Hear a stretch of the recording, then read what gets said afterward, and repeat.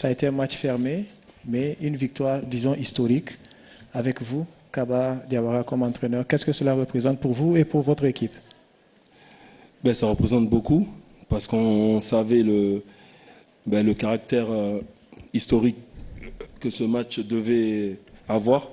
On savait qu'en gagnant, c'était la première fois depuis 1976 que la Guinée n'avait pas gagné de match direct. Donc on l'a fait. On s'était promis ça avec les garçons parce que ça fait 2 ans qu'on bosse ensemble. Et donc on avait dit que si on devait faire ça, ben, il fallait que ce soit ici. Parce qu'on s'était fait prendre il y a 2 ans et là donc on avait à cœur de réussir et on l'a fait. Même si la manière n'est pas belle, même si c'est à la dernière minute, on s'en fiche en fait. J'avais dit il ne faut pas le jouer, il faut le gagner. Et c'est ça qu'on a fait. On prend la première question avec la dame, juste à l'arrière. Priorité aux dames. Je suis Kadia Traoré de la télévision nationale. Félicitations Kaba. Merci beaucoup. Très fier de toi. Depuis 1976, vous l'avez dit, la Guinée n'avait pas gagné un match à Couperet. Donc aujourd'hui, vous arrivez à briser ce plafond de verre. En tant que joueur, vous ne l'avez pas pu, mais aujourd'hui, en tant qu'entraîneur, vous l'avez pu. Quel sentiment cela vous anime? C'est un sentiment de fierté, vraiment. Moi, j'aime pas parler de moi, et puis je mettrai encore le groupe en avant, parce que ce groupe-là, il s'est fait tirer dessus. Et chaque fois que je disais en conférence de presse, oui, il faut de la cohésion, il faut rester avec le même groupe, ben, il y a eu beaucoup de critiques, en fait. Et moi, je savais que ce groupe-là avait de la qualité. Et là, on l'a prouvé aujourd'hui, parce que c'est pas forcément les joueurs, enfin, en tout cas, Bayo, il a marqué, mais c'est pas forcément lui qui était prévu. On parlait de beaucoup de joueurs avant lui et il s'est accroché, il s'est bien préparé. Tous d'ailleurs se sont bien préparés et on a vu qu'il y a des blessés et que c'est d'autres qui jouent et ils jouent vraiment très bien. Donc c'est un groupe qu'on a construit pratiquement pièce par pièce. Et là, c'est vraiment une juste récompense pour eux déjà. Et moi, bien sûr, les coachs, si on gagne, on parle des joueurs, on ne parle pas des coachs. Donc moi, ça me va. La suivante, question suivante. Fofana Souleymane, journaliste sportif, République de Guinée. Félicitations, monsieur l'entraîneur, pour cette victoire historique. Merci. Monsieur l'entraîneur, je voudrais savoir la philosophie que vous avez mise en place, qui a matérialisé à une victoire historique pour ne pas faire le pléonasme.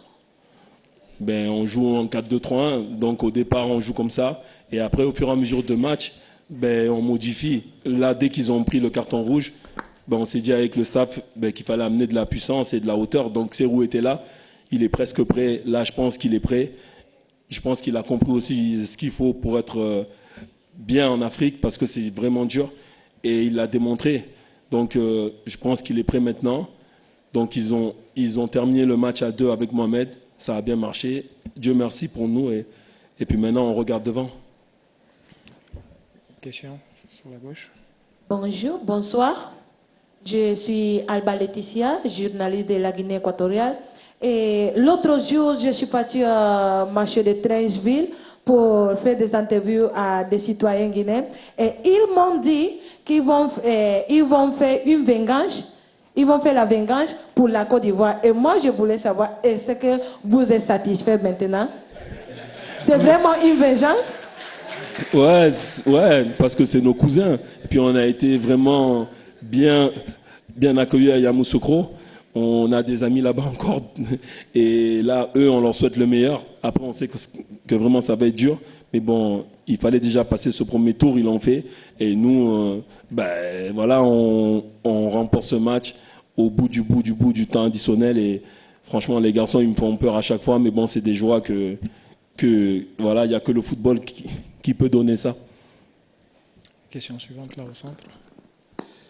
Moussa Souma, du site Univers Sport et du groupe Adafo Média. Coach, félicitations pour cette qualification historique, il faut le dire, de haute volée. Nous sommes là aujourd'hui, vous avez atteint, effacé ce signe indien que vous l'avez énuméré lors de la conférence d'avant-match. Aujourd'hui, nous sommes en quart de finale. Ouais. Quelle est l'objectif visé à ce stade de la compétition? Mais on n'a pas d'objectif. On vient pour aller le plus loin possible. Là, il y avait ce match-là qu'il fallait gagner, parce que de toute façon, il est sur notre route. Après, peu importe l'adversaire. Donc aujourd'hui, c'était Guinée.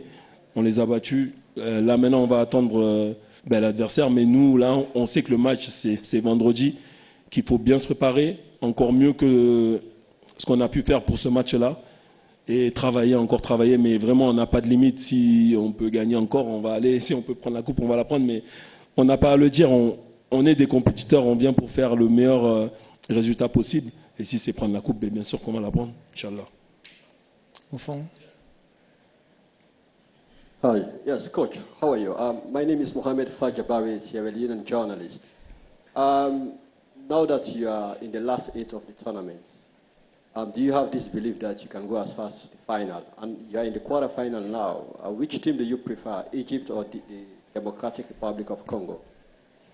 Je peux répondre en français? Ouais. Non, j'ai pas de préférence, vraiment.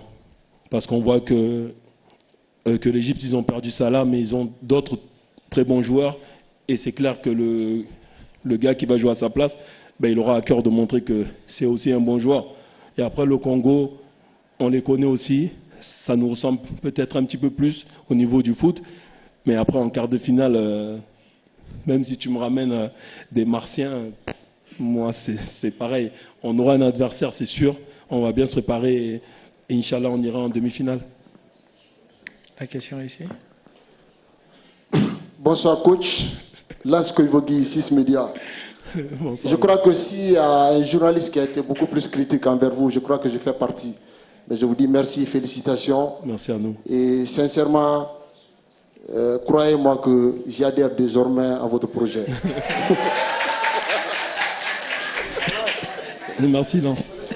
Ma question, c'est qu'est-ce qu'il faut améliorer dans cette équipe? Tout ce qu'on a vu aujourd'hui. Efficacité. Je vous coupe, pardon, mais c'est l'efficacité. On ne peut pas se permettre d'attendre la fin du match comme ça. On fait des changements, on essaye tout, on change les schémas tactiques, on chamboule un peu ce qu'on avait prévu au début. Et je le répète aux garçons depuis 2 ans maintenant.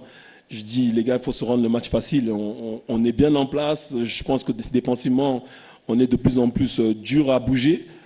Mais si on ne marque pas, on va aller aux prolongations et sur la fin, on peut craquer. Donc il faut qu'on travaille l'efficacité. Si vous êtes à l'entraînement cette semaine, vous allez voir, on ne va que faire tirer au but pour essayer d'être encore plus efficace. Sur la gauche. Allô? Coach, bonsoir. Bonsoir. Félicitations, Kamara Moussa Sefa, groupe Jumba Media. Et vous commencez à créer de l'espoir un tout petit peu. J'ai été très critique envers vous et je vais continuer parce que j'ai encore faim. Je veux voir beaucoup plus. Qualifié en quart de finale, nous avons 2 gros morceaux devant, RDC Congo et l'Égypte. Nous étions dans le même groupe. Nous avons été battus par cette équipe-là, égyptienne. Aujourd'hui, quel plan que vous allez mettre en place pour nous permettre de rejoindre les demi-finales? Il n'y a pas de plan, on va travailler. On va travailler comme on le fait à chaque fois. Et comme je l'ai dit à votre confrère, il faut essayer d'être un peu plus efficace. On va voir l'état de fatigue des garçons.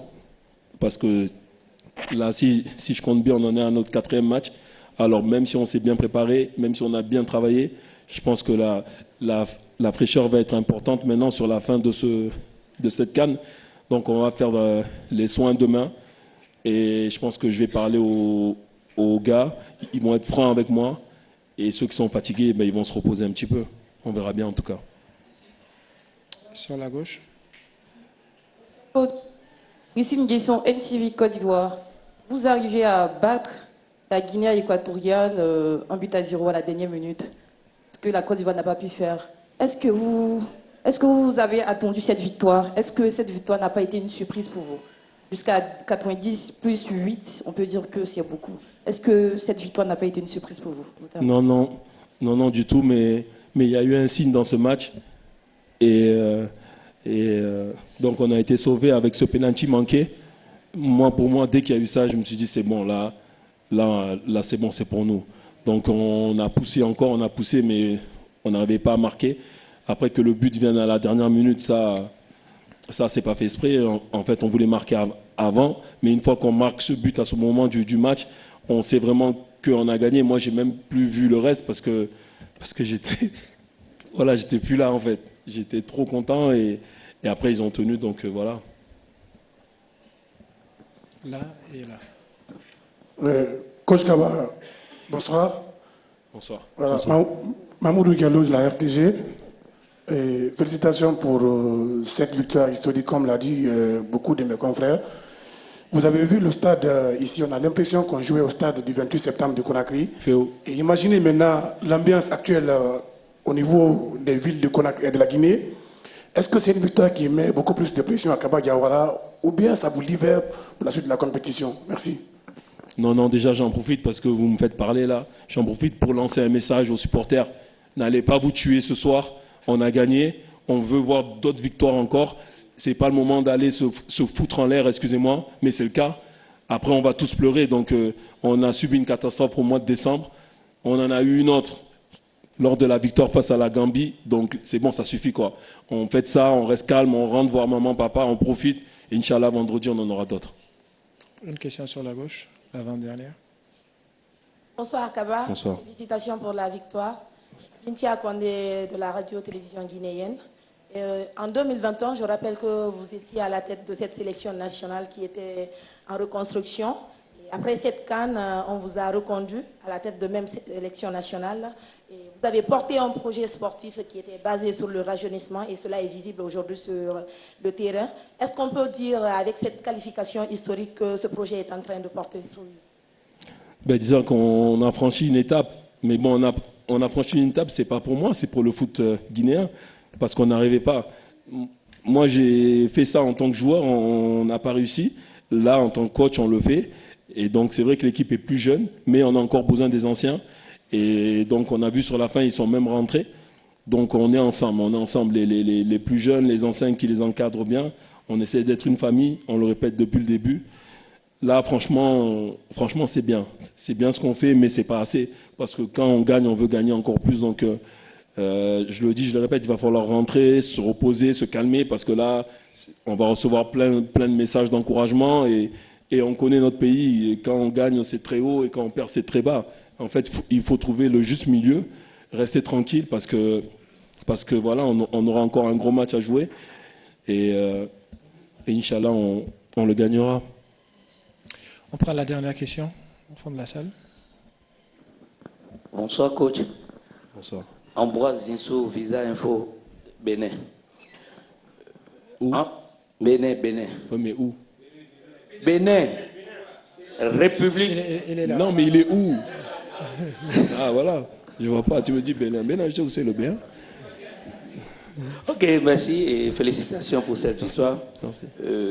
Dites-moi, avant que les joueurs n'aient quand même le moral au top, est-ce que les questions préjudicielles chez nous, en Afrique au Sud du Sahara, sont gérées? Je veux parler de l'argent des primes de match. Puisque la conférence, s'il vous plaît, reste autour du match. C'est une conférence d'après-match, elle reste centrée sur le match. Aujourd'hui, c'est quoi le moral de la troupe après cette victoire? Merci. Le moral de la troupe, il est très bon. Là, j'étais au vestiaire avant de venir vous voir. Ça chante, ça crie. Et donc, je sais qu'il y a de la fatigue, mais là, le moral est au beau fixe. Il faut voir si on peut récupérer les blessés. Ça, c'est la première inquiétude. Voir l'état de forme de ceux qui ont joué 4 matchs maintenant. Mais le moral, franchement, il est au top. Après une victoire comme ça, à l'arraché, j'ai envie de dire, dans le contexte que l'on connaît, on arrive à gagner. Voilà, mais maintenant, il faut bien récupérer pour le prochain match. Merci coach, merci à tous. On laisse la place à l'entraîneur de l'équipe nationale de Guinée équatoriale.